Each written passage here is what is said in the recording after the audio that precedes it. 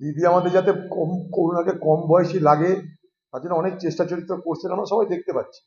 সেটা করতেই পারে। প্রত্যেকেরই নিজের স্বাস্থ্য নিজের সৌন্দর্যের উপরে যত্ন রাখা উচিত বলে আমি মনে করি। কারণ আমাদের যে দেহ, সেই দেহ ভগবানের দেওয়া, আল্লাহর দেওয়া, মা বাবার দেওয়া।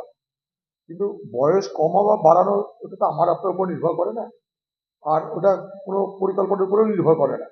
লক্ষ্মীর ভান্ডার বাড়ানো যায়, কমানো যায়, বয়স বাড়ানো বা কমানো যায় না, যা বয়স তাই থাকবে। হয়তো দিদির মনে হয়েছে আরো বেশি দিন তিনি মুখ্যমন্ত্রী পদে থাকবেন, যাতে কেউ সেখানে ভাগ না বসাতে পারে বয়সের নাম করে। সেই জন্য তিনি হয়তো সচেষ্ট হচ্ছেন এখন থেকেই। এটাই গল্প। কারণ আগামী দিনে একটা প্রশ্ন আসতে পারে যে যুব সম্প্রদায়কে সুযোগ দাও, তো দিদি দেখাবেন যে তোমাদের থেকে বেশি আমি যুব আছি।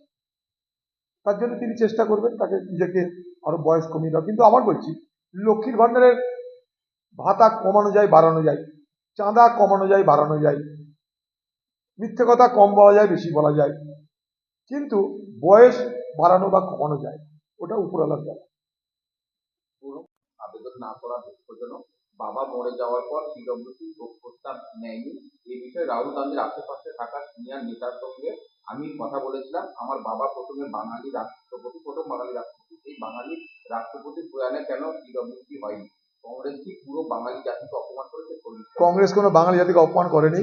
ভারতবর্ষের যদি ইতিহাস দেখা যায়, ভারতবর্ষের ইতিহাসের মাথায় ভারতবর্ষের সভাপতি সব বাঙালিদের সংখ্যাটা যেন পড়ে নেয়। এখন হঠাৎ করে যাদের কোনোদিন দেখা ছিল না, সাক্ষাৎ ছিল না, হঠাৎ করে বাবার নাম ভাঙিয়ে নতুন করে মার্কেটে আসার চেষ্টা করতে পারে কেউ, তাতে আমাদের কিছু বলার নেই, সে করতেই পারে। প্রণব মুখার্জিকে এই মুর্শিদাবাদ জেলা থেকে আমরা প্রথম নির্বাচিত করেছিলাম। তার তার যেই নিয়ে এত বড় কথা বলছেন, তার উচিত মুর্শিদাবাদ জেলার মানুষকে তার জন্য ধন্যবাদ জানিয়ে আগে কথা বলা। কোনদিন শুনেছেন তাদের মুখে যে মুর্শিদাবাদ জেলার মানুষকে তার ধন্যবাদ জানিয়েছে? এগুলো কোনো কথা না। এটা নিয়ে যেন রাজনীতি না হয়, আর বিজেপির যেন খেলার পুতুল না হয়ে যায়। প্রণব বাবুর পরিবারের কেউ যেন বিজেপির হাতের পুতুল না হয়ে যায়, এটুকুই বলতে চাই।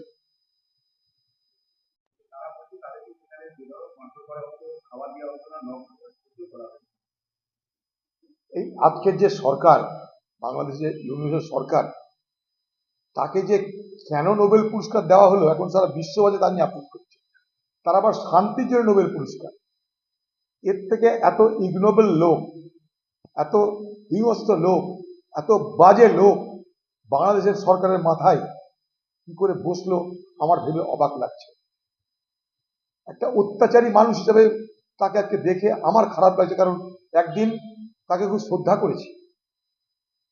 একজন বাঙালি হিসাবে নোবেল পুরস্কার পেয়েছে, আমাদের গর্ব হয়েছে যে রবীন্দ্রনাথ ঠাকুর, তার সঙ্গে ইউনুস সাহেব, এরা সব নোবেল পুরস্কার প্রাপ্ত ব্যক্তি, বাঙালির গর্ব হয়েছে। কিন্তু আজ সেই গর্ব ভেঙে খান খান হয়ে গিয়ে তার প্রতি ঘৃণা হচ্ছে, আর কিছু না। তাকে শান্তির জন্য নোবেল পুরস্কার দেওয়া হয়েছিল, আর গরিব মৎস্যচাষীদের তার নেতৃত্বে বাংলাদেশে পশুর মতন আচরণ করে আপনি কি বোঝাতে চাইছেন, কাকে খুশি করতে চাইছেন? কট্টরপন্থীরা আপনাকে বাঁচাবে না। আপনার ভবিষ্যৎ নিয়ে আমি চিন্তিত এখন। কারণ বাংলাদেশে এর আগে যারা ক্ষমতায় থেকেছে তাদের হাল তো আমাদের কাছে আছে, তাদের ইতিহাস জানা আছে। কখনো বঙ্গবন্ধু মুজিবুর রহমান, কখনো জিয়াউর রহমান, সব ইতিহাস আমাদের জানা আছে। তাই আপনার ভবিষ্যৎ কোথায় যাবে? জেলের অন্ধকারে, না সেনাবাহিনীর গুলিতে? আমি জানি না, কিন্তু আপনি যা করছেন মানবতার কলঙ্ক হিসাবে নিজেকে আপনি প্রতিষ্ঠিত করছেন, এটুকু বলতে পারি।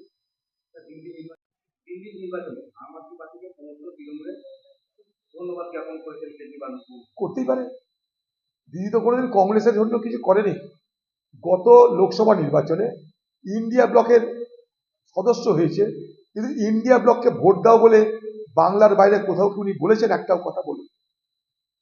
উনি ইন্ডিয়া ব্লকের সদস্য হিসাবে এই ইন্ডিয়া ব্লকটাকে ব্যবহার করেছিলেন বিজেপির বিরুদ্ধে ভোট সংগ্রহের জন্য। এটা একটা চালাকি ছিল।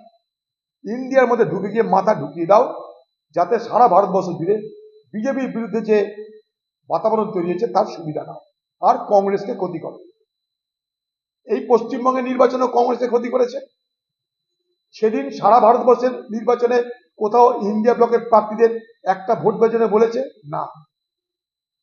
শুধু তাই নয়, যখন ভারতবর্ষের বিজেপি পার্টি কংগ্রেসের বিরোধিতা করে, কংগ্রেসকে দুর্বল করার চেষ্টা করে, তখন সেই কংগ্রেসকে দুর্বল করতে মমতা ব্যানার্জি সব থেকে আগে এগিয়ে আসে।